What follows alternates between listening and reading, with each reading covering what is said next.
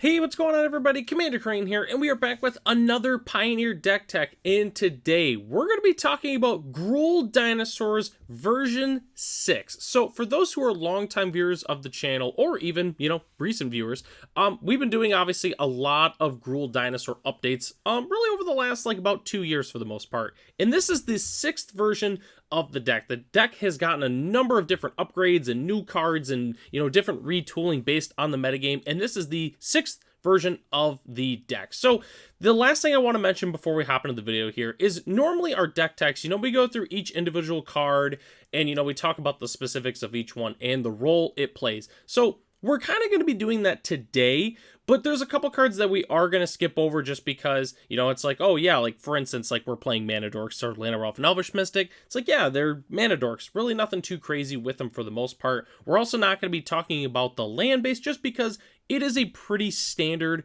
Gruul mana base. There's really nothing crazy. So let's go ahead and hop into it here. So if you'd like to pause and look at the entire deck. So obviously this is the entire main board here. The deck list is in the description though, if you'd like to check it out for yourself. If there's anything you're not quite 100% sure what it does, but one thing I can tell you is we're going to be talking about all the creatures on the left side there, again, except for the Llanowar and the Elvish Mystic. We're going to talk about all of the dinosaurs, as well as the couple of non-dinosaurs at the bottom. And then for those who are longtime viewers of the channel, I'm going to be talking about the cards that I recently cut from the last version of the deck, and we'll kind of go over why we made those specific cuts. So, all right, let's go ahead and hop into it here. The main reason you're watching this video, the dinosaurs. So we are playing 4 Marauding Raptor, 4 Pugnacious Hammerskull, and 4 Rampaging Raptor, staples of the dinosaur deck for sure. So Marauding Raptor is by far the best dinosaur in the deck. For those who have not really watched a dinosaur video before, it's the best card. If you get an opener, with a couple lands and a Marauding Raptor, you're pretty much going to want to keep the hand.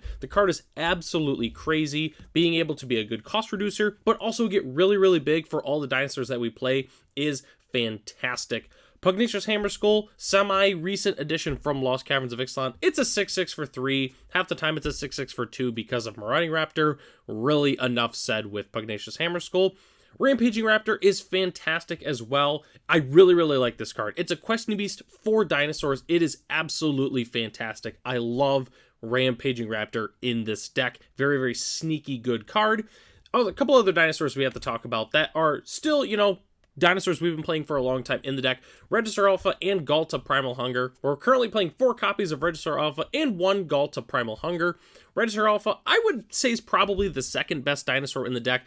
Being able to give our Marauding Raptor +4/+0, our other dinosaurs haste, it's exactly what we want to do in a deck like this. Definitely a huge fan of Register Alpha. Galta, we're playing just 1 copy, which I guess I'll go ahead and talk about it now. So we're only playing 1 copy of Galta Primal Hunger, mostly because the metagame is not, this is not the best metagame in terms of Pioneer where we're currently at for Galta. There's a lot of times where, if we're playing against Waste Not, sometimes even Is It Phoenix, we're playing against blue-white control, it's really hard to be able to get Galta on the battlefield and actually do things because if our opponent's trading with all of our creatures, it's really hard to get it in play. It is probably the card that we sideboard out the most, I would say. We don't sideboard it out, obviously, in every matchup, but at least a lot of the decks more at the top of the metagame, we are going to be sideboarding out the Galta a lot. But when it's good, it's really, really good. I mean, there's potentially turns where we get it out turn 3 or turn 4 with haste and we just kill our opponent really, really fast. So Galta is fantastic. I really do like the card, but that's why we're just playing the single copy.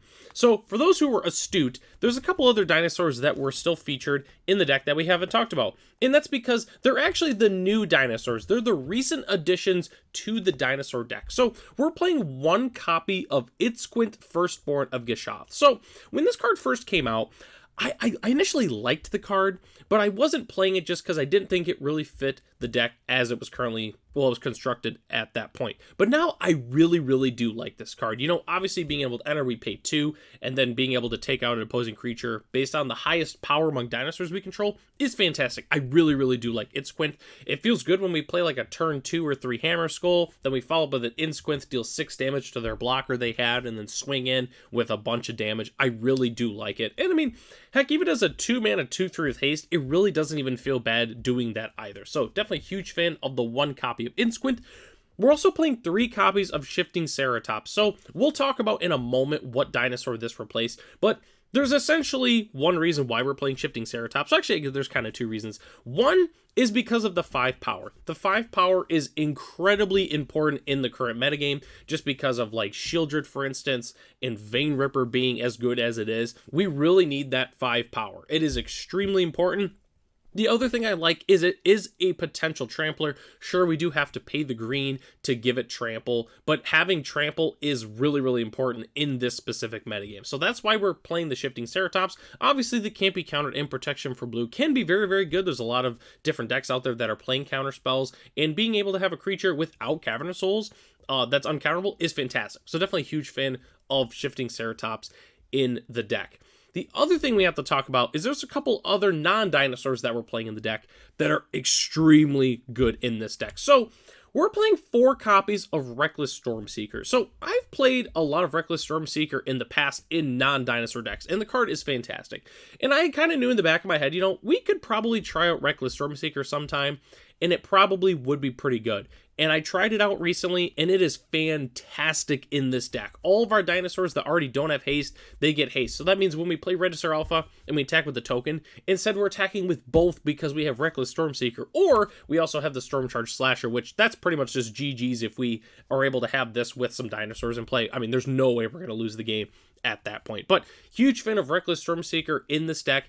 It's really, really good. It's just another haste enabler on a really good creature in general. So, the other card that we are currently playing is Bone Crusher Giant. So, for those who have been following the channel for a long time, Bone Crusher Giant has been rotating in and out of the list for quite some time, and it's currently back in the deck.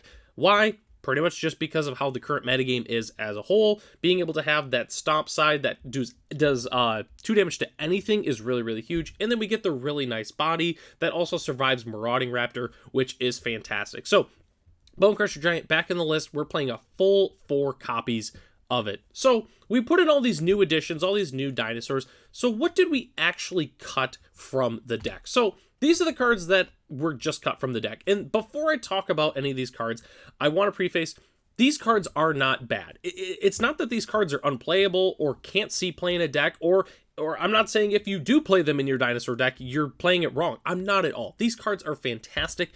The main reason is it's just not the metagame currently for any of these cards. Like, Reckless Rage is a fantastic card. Being able to do 4 damage for 1 red is absolutely insane. Then we know we have like our Rage enablers with Reckless Rage, and it's just really good.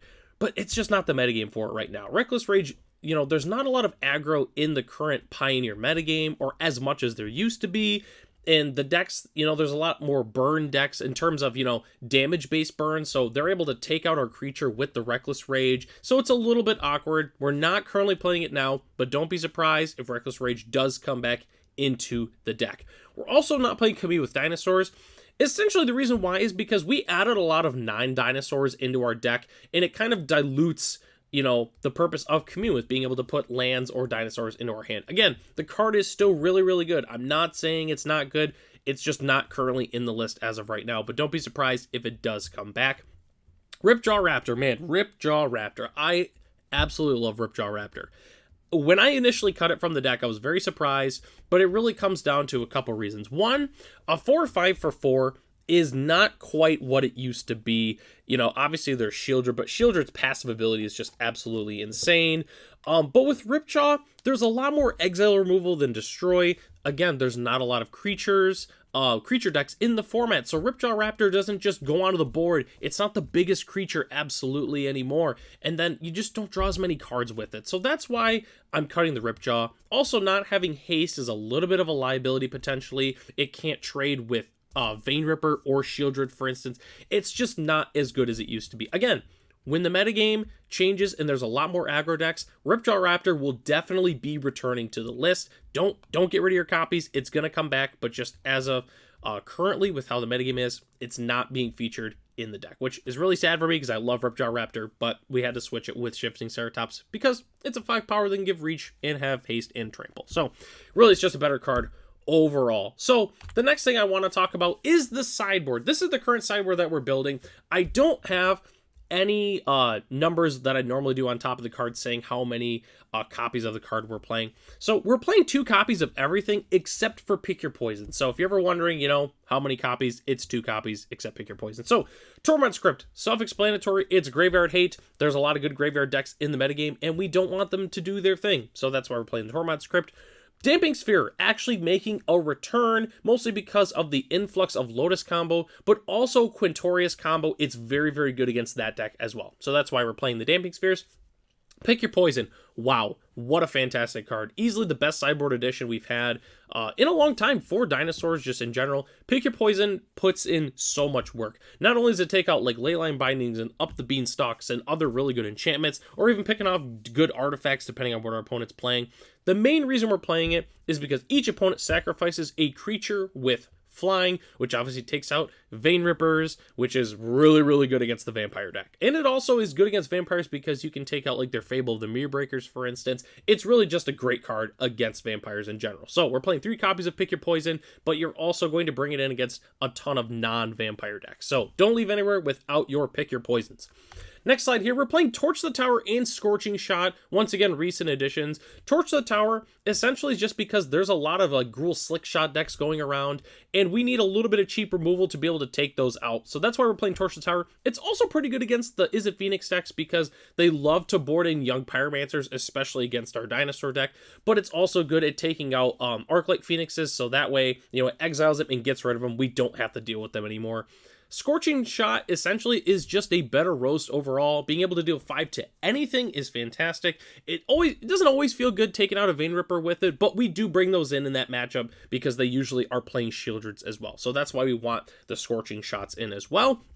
And then the last thing we have to talk about is the 2 dinosaurs. Well, actually, Magebane Lizard is not a dinosaur, but, you know, I mean, like, aren't lizards descendants of dinosaurs? I don't know. It's a dinosaur in spirit. Magebane Lizard is really, really good. We bring this honestly in a lot of matchups. It's a 1/4 for 2. Whenever a player casts a non-creature spell, Magebane Lizard deals damage to that player equal to the number of non-creature spells they've cast this turn. So it just keeps going up. It goes 1 to 2 to 3 to boom. So, you know, if we're playing against Is It Phoenix and they're trying to bring back those pesky Phoenixes, they're going to take 6 damage because if they go, let's say they go like Cantrip, Treasure Cruise or something like that, that's 6 damage right there for a 2-mana creature. So huge fan of Magebane Lizard. The card is absolutely insane in the sideboard.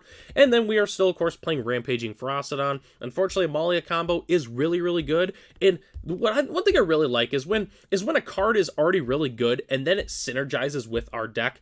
Like for instance, like if you're playing like Den of the Bugbear in your Goblin deck, it's a 2-for-1, you know, obviously you're playing a really good man land, but it also has synergy. That's how I feel with Rampaging Ferocidon. We're already playing a dinosaur deck, so it feels really good when we're already playing dinosaurs and we get a really, really good dinosaur out of the sideboard.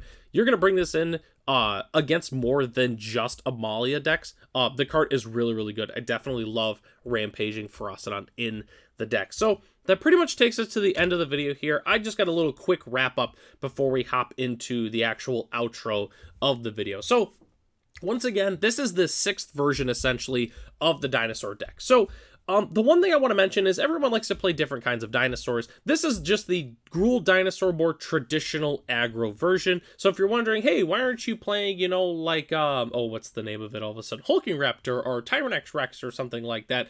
It's just because this is a low to the ground aggro deck that I personally like to play for dinosaurs. The other thing is just because I'm not featuring a specific card in this deck does not necessarily mean it's incorrect. If you like to play Mutavault as a flex land, there's nothing wrong with that. If you want to keep playing Ripjaw Raptor in your deck, or you want to play Hulking Raptor, you want to play Palani's Hatcher, absolutely nothing wrong with that. If you like the Otepec Huntmaster version better, with the other cost reducers, nothing wrong with that as well. The main thing I want to preface is with dinosaurs is there's no one specific best list for the most part with dinosaurs. If there's something that you like to play, please do that. And actually let me know in the comment section below if there's other dinosaur cards that you like to play in your version that I didn't feature here. Let me know in the comment section below and we can definitely talk about that, and, you know, I get your opinion on that. So very, very important to me. Thanks so much for watching this video. I love doing dinosaur videos. It's the first one we've done in a little while here.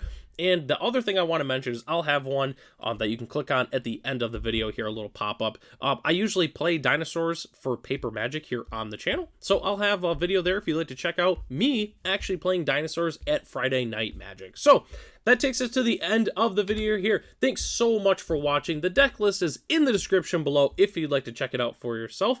Thank you so much to our channel members, Ralph, Matt, Arcadius, Ray, Gary, and Saranoki. If you are interested in being a channel member, it's only $1 a month. You get access to the exclusive Discord as well as other features here on the channel. Heck, it's only $1 a month. If you want to talk more about dinosaurs in the Discord, we talk about dinosaurs all the time. Just go and join that for $1 a month. So, I'm Commander Crane. Thanks for watching this video, and I'll catch you in the next one.